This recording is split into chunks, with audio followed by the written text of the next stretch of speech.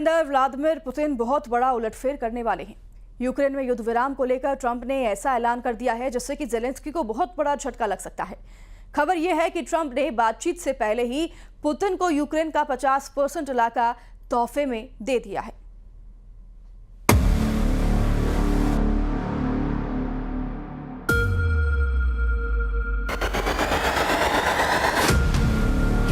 You're not in a good position.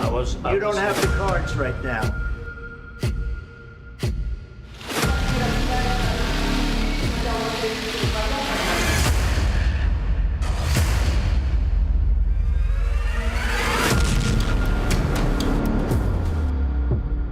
Ukraine के युद्ध को लेकर ट्रंप ने जेलेंस्की को बहुत बुरा फंसा दिया है। You're gambling with World War III.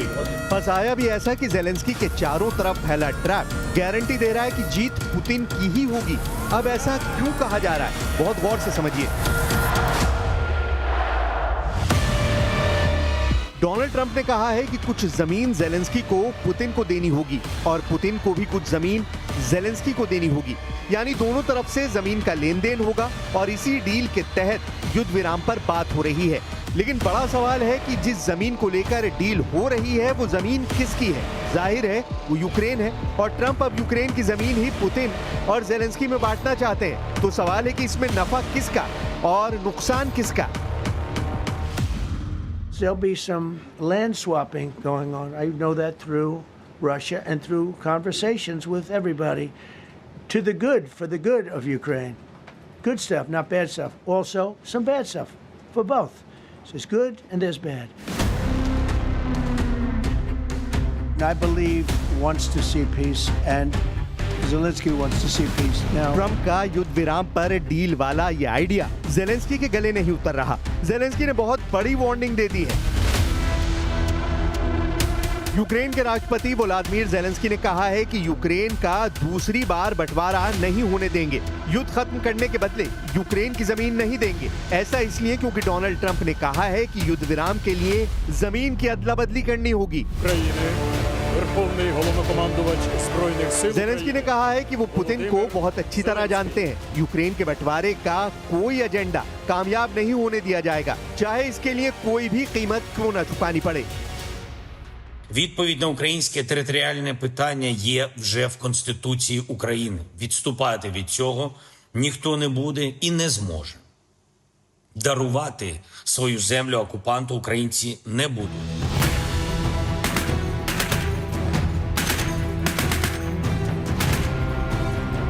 Zelensky को हिम्मत खार्किव के फ्रंट पर तैनात दीदी ने दी है। इस महिला सैनिक का नाम दीदी है और इस वक्त के खार्किव के मोर्चे पर रूस के ड्रोन अटैक को रोकने वाले डिफेंस सिस्टम को ऑपरेट करती है। यूक्रेन की सैनिक दीदी 2 बच्चों की मां है। दीदी का कहना है कि ये जमीन उनकी है, वो इसे कभी दुश्मन के हवाले नहीं करेंगी। Ми прийшли захищати свої домівки. І якщо домівка знаходиться в Донецькій, Луганській області, тобто на окупованих територіях, то навіщо тоді людина сюди прийшла? Вона прийшла захищати своє, відстоювати своє. І тут такий договір, давайте ми це залишимо собі. Ні, такого не буде. Тобто Україна повністю буде наша. 15 अगस्त को पुतिन और ट्रंप की अमेरिका के अलास्का में मुलाकात होनी है। इस मीटिंग पर पूरी दुनिया की नजर है और सबसे ज्यादा नजरें तो जेलेंस्की और यूरोप गड़ाए हुए हैं। अलास्का में यूक्रेन युद्ध खत्म किए जाने पर बात होनी है, लेकिन ट्रंप ने ऐन वक्त पर जमीन अदला बदली वाली बात कह के वाकई जेलेंस्की को मुश्किल में डाल दिया है।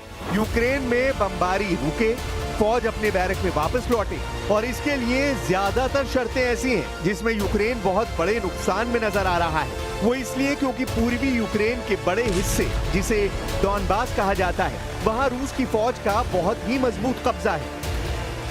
Сьогодні була доповідь розвідки і військового командування про те, на що розраховує Путін і до чого реально готується. Зокрема, це і приготування воєнні. Він точно не готується до припинення вогню і війни. Путін налаштований тільки на те, щоб подати зустріч з Америкою як свою особисту перемогу. І далі продовжувати діяти так, як і раніше. Тиснути на Україну так, як і раніше. जुलाई के महीने में यूक्रेन पर रूस ने ऐसे हमले किए हैं जो पिछले 3.5 साल के दौरान ज़ेलेंस्की ने नहीं देखे थे। यही वजह है कि ज़ेलेंस्की को ट्रंप के वादों और डील पर यकीन नहीं हो रहा। वो तो पहले ही कह चुके हैं कि जिस बातचीत में यूक्रेन का दखल नहीं होगा वो बातचीत बेमानी होगी। यानी ज़ेलेंस्की को महसूस हो रहा है कि उनका पत्ता काटने की पूरी तैयारी हो चुकी है। इसीलिए पुतिन और ट्रंप की मीटिंग में फंस चुके ज़ेलेंस्की को बचाने के लिए यूरोप के 5 देश सामने आ गए हैं। फ्रांस, इटली, ब्रिटेन, पोलैंड और जर्मनी, पांचों रूस के कट्टर दुश्मन। पांचों ने यूरोपियन कमीशन के साथ मिलकर कह दिया है कि वो यूक्रेन का समर्थन जारी रखेंगे। रूस पर दबाव बढ़ना चाहिए, तभी युद्ध खत्म होगा, तभी इस दुनिया में सुकून लौटेगा। ज़ेलेंस्की के समर्थन में यूरोप का मैसेज साफ है। मैसेज ये कि अमेरिका चाहे सरेंडर करेगा, यूक्रेन सरेंडर नहीं करेगा, और अगर ऐसी नौबत आई तो अब यूरोप यूक्रेन की तरफ से लड़ेगा। ट्रंप पुतिन की मीटिंग से पहले ये यूरोप के साथ मिलकर ज़ेलेंस्की का नेटो धमाका कहा जा रहा है, जिसमें नेटो पूरी तरह बटा हुआ नजर आ रहा है। क्या ये अमेरिका और डोनाल्ड ट्रंप के खिलाफ France, Italy, Germany, Poland, Britain और यूरोपियन कमीशन की बगावत कही जाएगी? अब यूरोप का मूड देखकर ट्रंप ने त्रिपक्षीय बातचीत का पासा फेंका है। ट्रंप ने कहा है कि ऐसी मीटिंग भी हो सकती है जिसमें वो भी हो, पुतिन भी हो और ज़ेलेंस्की भी मौजूद हो। The next meeting will be with Zelensky and Putin, or Zelensky and Putin and me. I'll be there if they need, but I want to have a meeting set up between the two leaders because there'll be some land swapping going on. I know that through Russia and through conversations with everybody to the good, for the good of Ukraine. Good stuff, not bad stuff. Also, some bad stuff for both. So there's good and there's bad.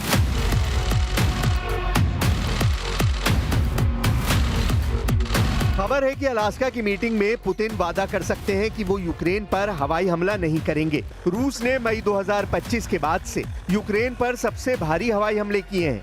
इनमें Ukraine की राजधानी Kyiv में ही 72 लोगों की जान गई है। Putin के हमलों को देखकर ट्रंप के भी होश उड़ गए हैं और उन्होंने ये भी कहा है कि पुतिन के सिर पर खून सवार है। खौलते हुए यूक्रेन में अभी कितना बारूद है, इसका फैसला ट्रंप करेंगे। ये बात वो बार बार बता रहे हैं। यूक्रेन में युद्ध विराम वाली कोशिश में दखल देकर ट्रंप ने बता दिया है कि मोहर उन्हीं की लगेगी और ज़ेलेंस्की को एहसास हो गया है कि ट्रंप की मोहर से फायदा सिर्फ पुतिन को होगा, क्योंकि जिस जमीन के लिए डील होगी वो तो यूक्रेन की ही है।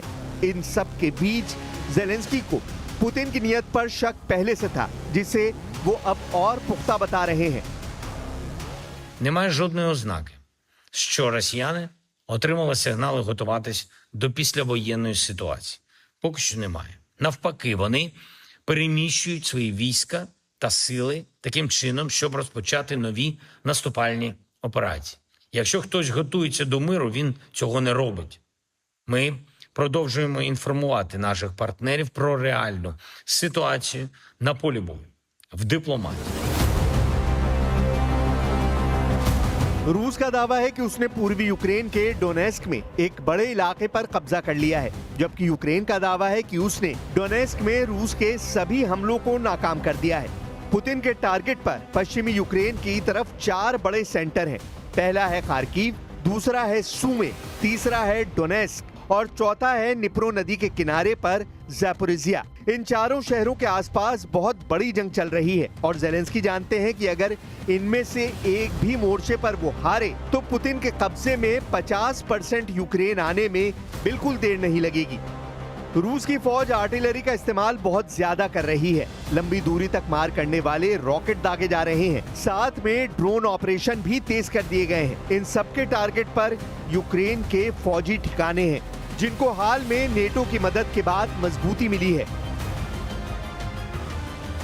इसीलिए यूक्रेन ने रूस के निज़नी नोवगोरोद में पुतिन के हथियार बनाने वाली एक फैक्ट्री को लंबी दूरी के ड्रोन से निशाना बनाया है। निज़नी नोवगोरोद मॉस्को से 400 किलोमीटर पूर्व में है और यूक्रेन से इसकी दूरी 1000 किलोमीटर से भी ज्यादा है। यहाँ पर ज़ेलेंस्की के ड्रोन ने उस फैक्ट्री को टारगेट करने का दावा किया है, जिसमें क्रूज मिसाइल के पार्ट बनाए जाते हैं।